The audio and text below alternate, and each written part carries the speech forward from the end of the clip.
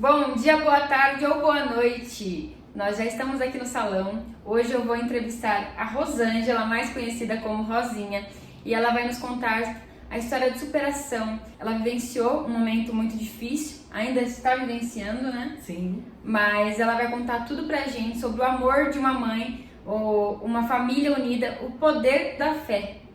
E o que você acha importante para ter um casamento bom? Amor, respeito.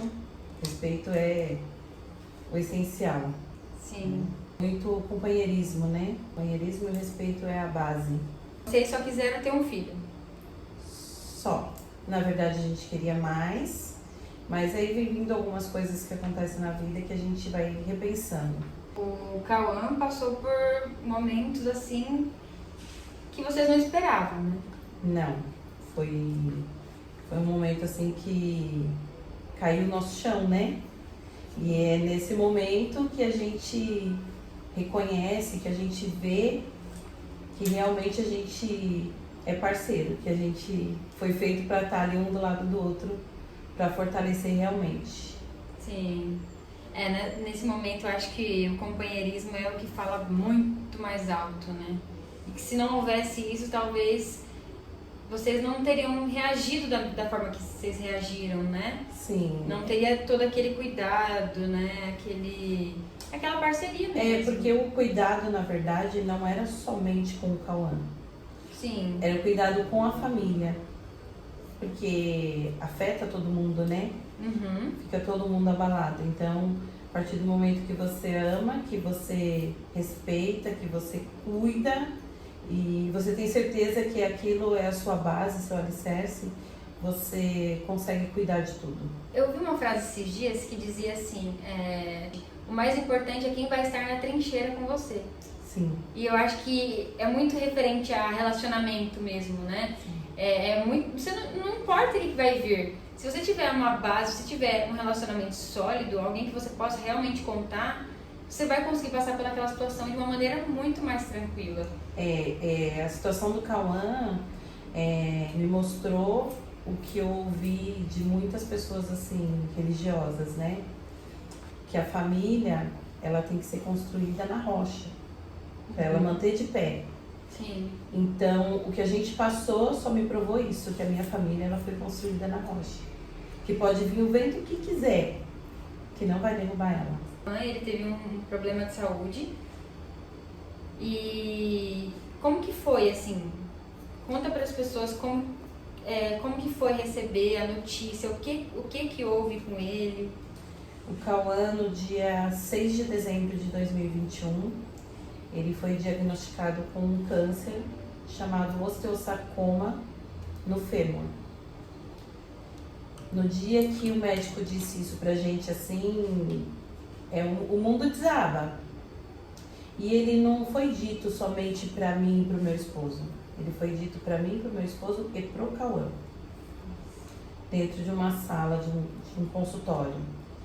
E eu acho que o pior momento foi olhar meu filho numa cadeira, tremendo, sem saber o que ia acontecer com ele.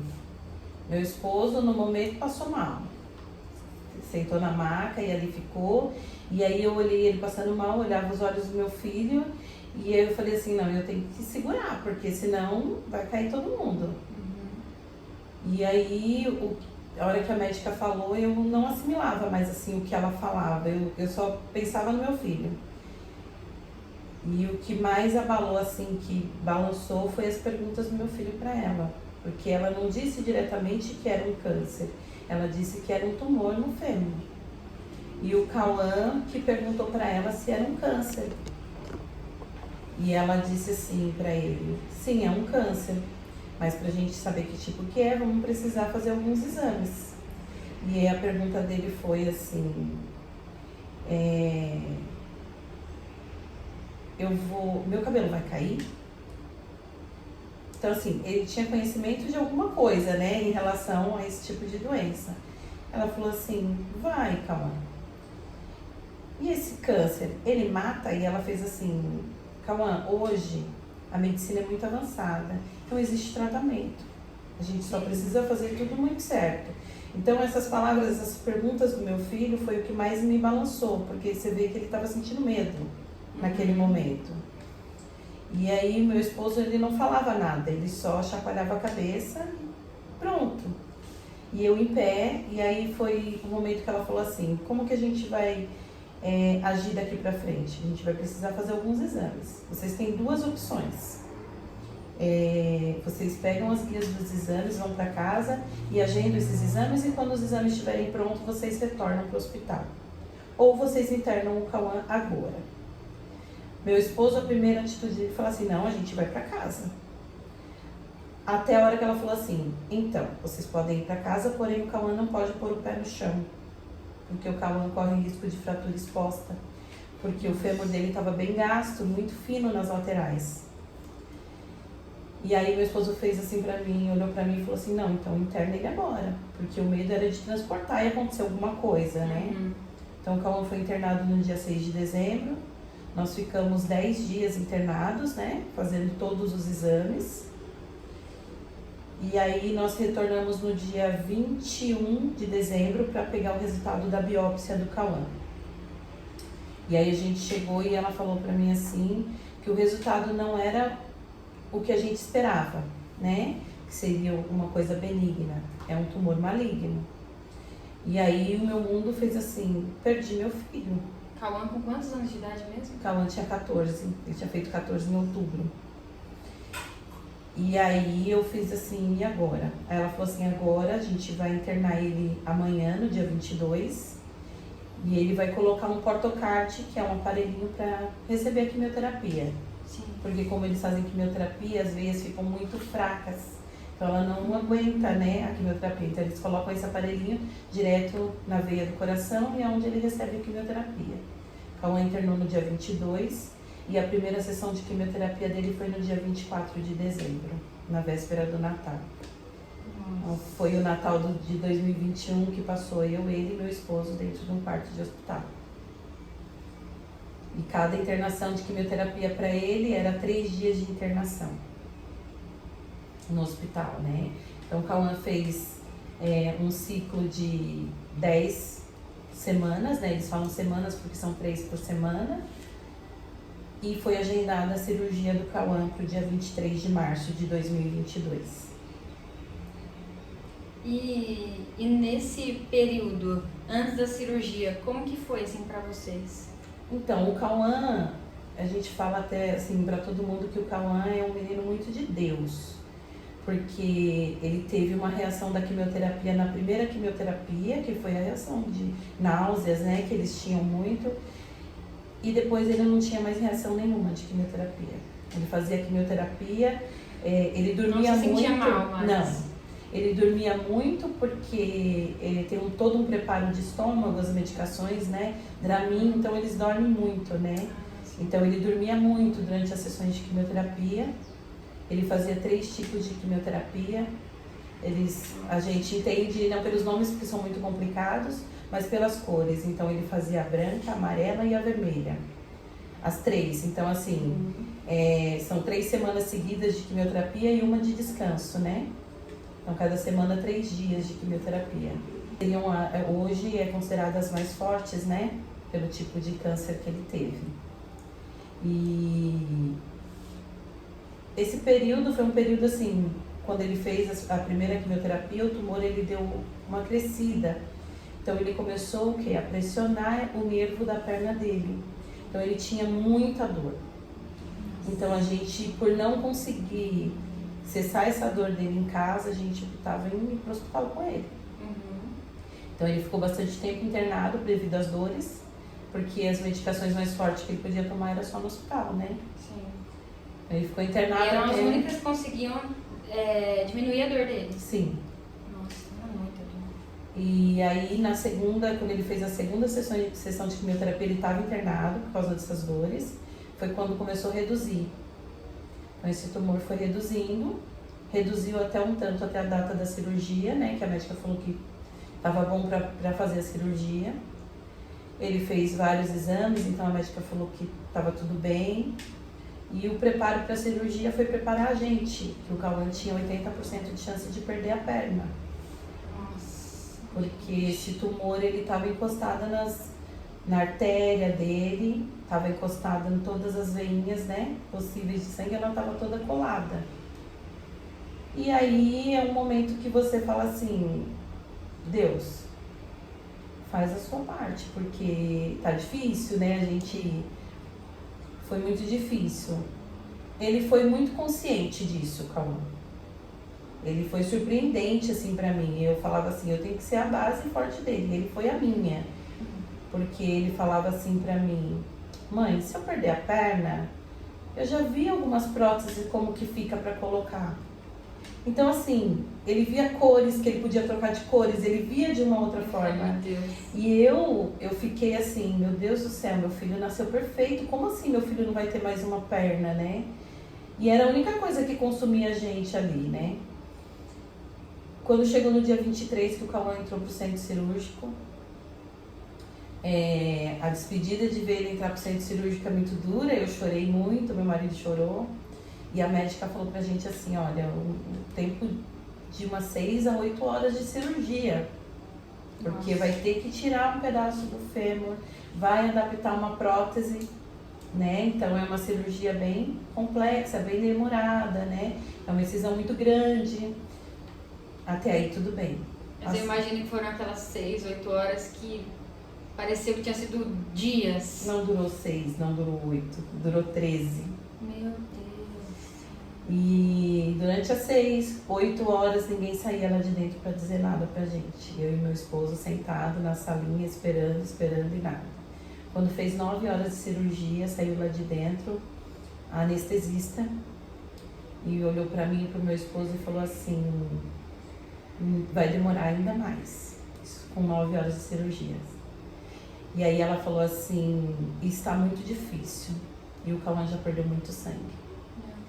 A gente vai precisar que vocês assinem um documento para ele tomar bolsa de sangue. Eu fiz assim, eu assino, sem problema. E aí eu já tava chorando, desesperada. E aí ela pegou e falou assim, e ele vai fazer uma outra cirurgia junto porque teve um rompimento de artéria. Esse rompimento de artéria compromete a perna do seu filho. Se não conseguir fazer um enxerto, realmente ele vai perder a perna, porque não tem o que ser feito. E aí eu dobrei meu joelho e fiz assim, Deus, eu não aceito. Eu aceitei aos 4 anos a perca do meu pai, eu aceitei aos 8 anos a perca da minha mãe e aos 16 a mãe adotiva. Meu filho eu não aceito. E aquilo eu pus pra mim, eu não aceito. Meu filho saiu do centro cirúrgico com 13 horas de cirurgia e conversando com todo mundo. O médico falou assim, eu não acredito que ele está conversando com 13 horas de cirurgia. E ele saiu com a perna. E aí eu olhei e fiz assim, ai, como Deus é maravilhoso, né? Independente das dificuldades que a gente ia apresentar lá na frente para ele voltar a andar, tudo direitinho, mas tava ali, né? Meu filho foi para UTI.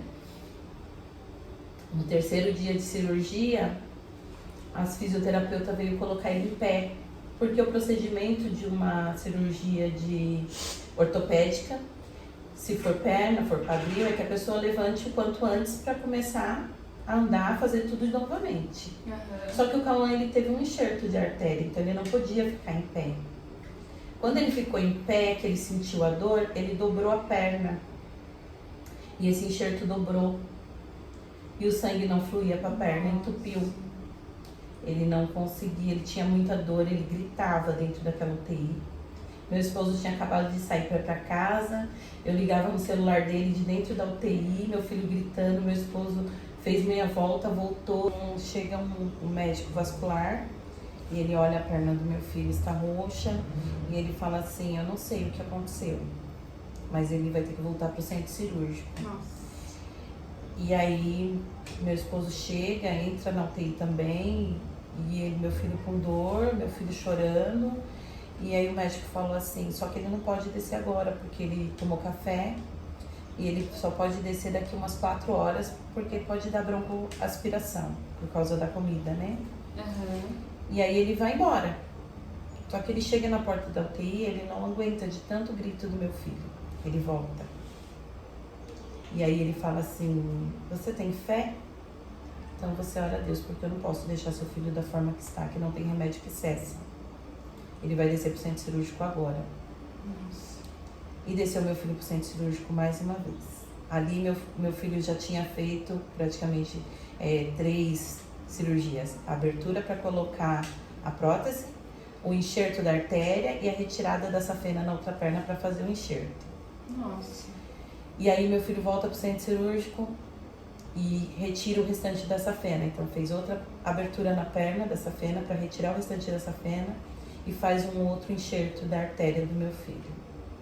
Meu filho volta pro centro cirúrgico, tudo bem, está bem. Ficamos mais 3 dias e vamos pro quarto.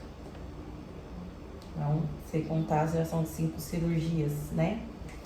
Muita coisa. Começa a apresentar febre.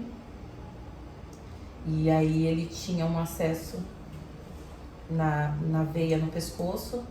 Eles tiraram porque achou que poderia ser daquilo que estava dando febre.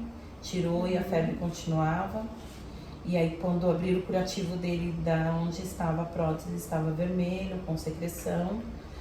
E a médica falou que ia ter que fazer uma reabordagem. É abrir a cirurgia novamente para lavar, para não correr o risco de dar uma bactéria na prótese e ter que trocar. E ele em nenhum momento ele ficou com medo? Ou ele não queria fazer a cirurgia, se negava?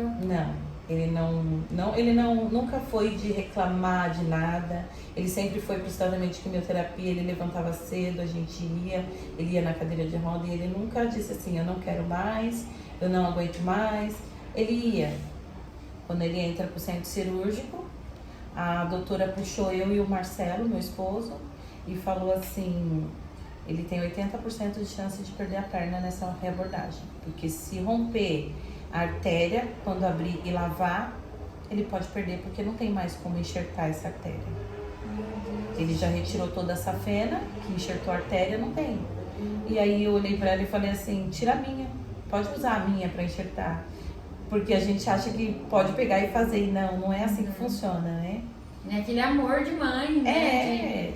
Você não pensa, né? E aí ele entrou, meu marido chorando, eu chorando, ele entrou pro centro cirúrgico e fez assim pra mim, é só uma limpeza, mãe. E foi pro centro cirúrgico. Meu Deus, que força que esse rapaz tem, né? Meu E Deus do céu, gente. E eu chorando, entrei pra salinha onde eu fiquei horas já esperando ele de cirurgia e fiz assim, Deus, eu aceito o que o Senhor mandar pra mim. Meu filho com perna ou sem perna, mas traz ele de volta pra mim. E ali a gente Porque até ficou... então você não estava aceitando de maneira nenhuma que ele fosse por acaso perder a perna, né? Sim, não, eu não aceitava que ele perdesse a perna, eu não aceitava que Deus levasse meu filho, eu não aceitava nada. Eu só dizia pra Deus, até aquele momento eu dizia pra Deus que eu não aceitava, que eu aceitei tudo que ele mandou. Passei por tudo, superei tudo, mas o meu filho eu não aceitava. E naquele dia que eu falei assim, eu aceito o que o Senhor mandar pra mim, mas manda meu filho de volta, com ou sem a perna. E aí passaram-se 3 horas e meia, 4 horas de cirurgias. E aí volta o Cauã, conversando de novo. E aí o médico fala assim, é surpreendente, ele sai do centro cirúrgico conversando, né? Meio sonolento, né, por causa da anestesia, mas conversando, né? Sim. E aí a primeira coisa que eu fiz foi levantar o lençol e o Cauã estava com a perna. Ficamos lá no pós-cirúrgico um período, fomos pro quarto. E ali eu aprendi a dar banho no leito, ali eu aprendi a ajudar a trocar a cama, eu aprendi a dar banho, carregar ele na cadeira e dar banho nele no banheiro. E você as ficou enfermeiras... com ele o tempo inteiro? O tempo inteiro com ele. E aí como que você vê essa questão do trabalho? Porque você trabalhava. Sim, eu trabalhava e eu já estava um período sem registro, né? Porque eu tinha feito um acordo, a gente tinha comprado um apartamento. E aí quando o Cauã fez a cirurgia, eu fiquei afastada sem remuneração, vivendo da ajuda das pessoas, familiares. As meninas do meu trabalho faziam rifas para me ajudar, porque a gente tinha gastos com medicação, a gente tinha gastos com... Teve que comprar bracer para a perna do Cauã, e não era só um, é sempre 1, 2, 3. Você compra cadeira de rodas, porque... E aí a gente teve que alugar cama hospitalar para ele, e pagar aluguel de cama não é barato. Eu acho que tinha que ser uma coisa mais barata para as pessoas, né? Mais acessível, porque ninguém alugou uma cama hospitalar por esporte, né? A gente aluga por uma necessidade. Então a gente tinha aluguel de cama, a gente tinha cadeira que teve que comprar, cadeira de banho, querendo ou não tem um sapato próprio quando eles começam a andar, e tudo isso vai dinheiro, né?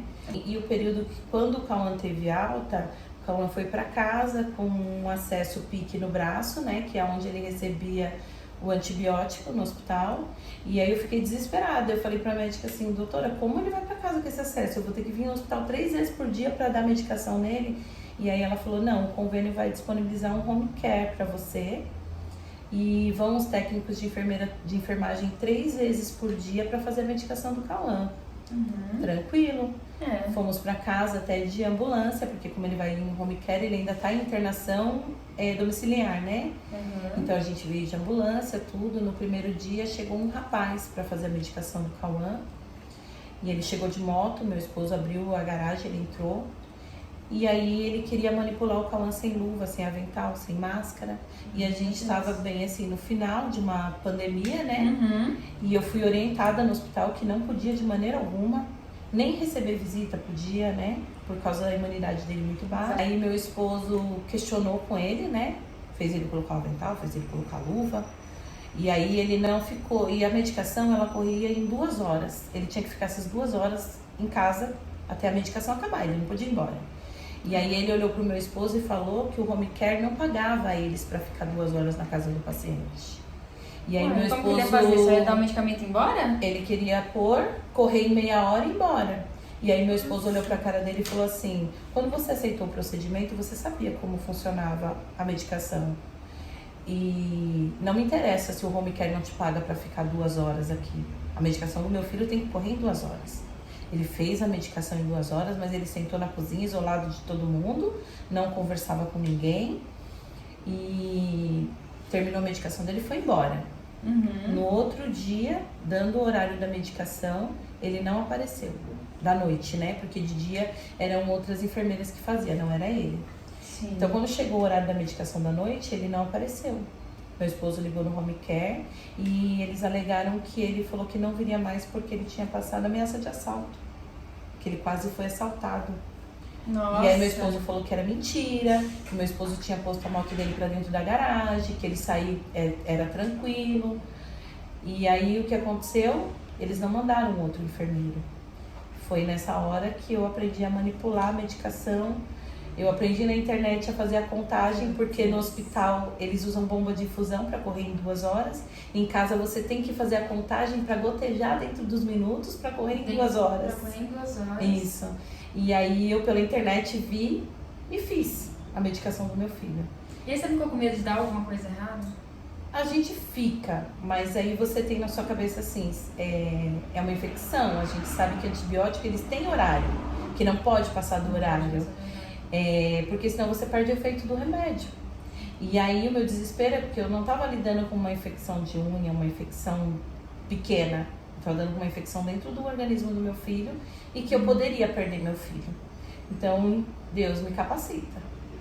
E aí a gente tem uma amiga nossa que ela é enfermeira e eu fui falando para ela conforme eu estava fazendo com ela no telefone, porque ela nem estava em casa.